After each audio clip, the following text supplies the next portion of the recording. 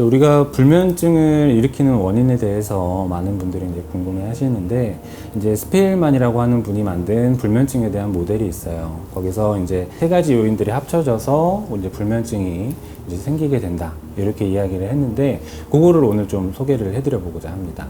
그래서 세 가지 요인 중에 첫 번째는 이제 기질 요인이라고 하는 부분인데, 요거는 개별로 갖고 있는 불면증에 대한 특성이라고 보시면 돼요. 그래서 어떤 분들은 어려서부터 걱정거리가 조금만 있어도 잘 못 자고, 이렇게 잠자리가 조금만 바뀌어도 못 자고 하시는 분들이 있는 반면에, 어떤 분들은 이렇게 걱정거리가 많아도 잘 모르겠다 그러고 이렇게 그냥 잘 주무시는 분들, 이렇게 침대에 베개만 대면은 이렇게 바로 주무시는 분들, 그런 분들도 있잖아요.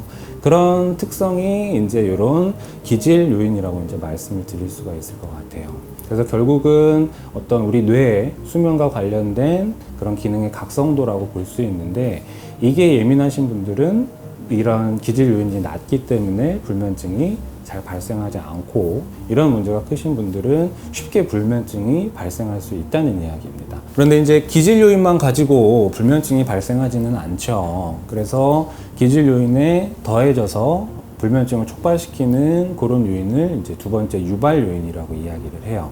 그래서 유발 요인은 가장 큰 게 이제 스트레스죠. 뭐 사랑하는 분이 돌아가셨다든지, 상실에 대한 게 이제 가장 많고, 그 외에 어떤 그냥 자잘자잘한 스트레스도 영향을 많이 줄 수가 있죠.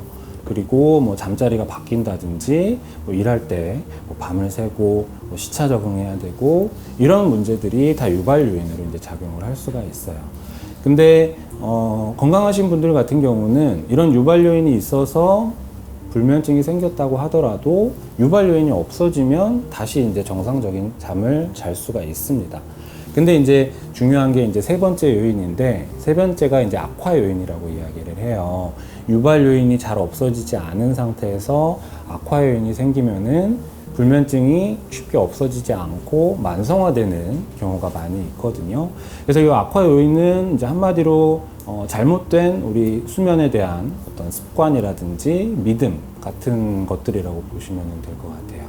그래서 불면증 있으신 분들은 기본적으로 잠이 부족하니까 더 잠을 많이 자고자 하는 그런 욕구가 있으시거든요. 그렇기 때문에 아침에 더 늦게까지 자려고 하고, 밤에도 더 일찍 자려고 하고, 낮잠도 주무시고, 이렇게 하시는 분들이 이제 악화 요인으로 작용을 해서 불면증이 만성화가 되는 경우가 많습니다.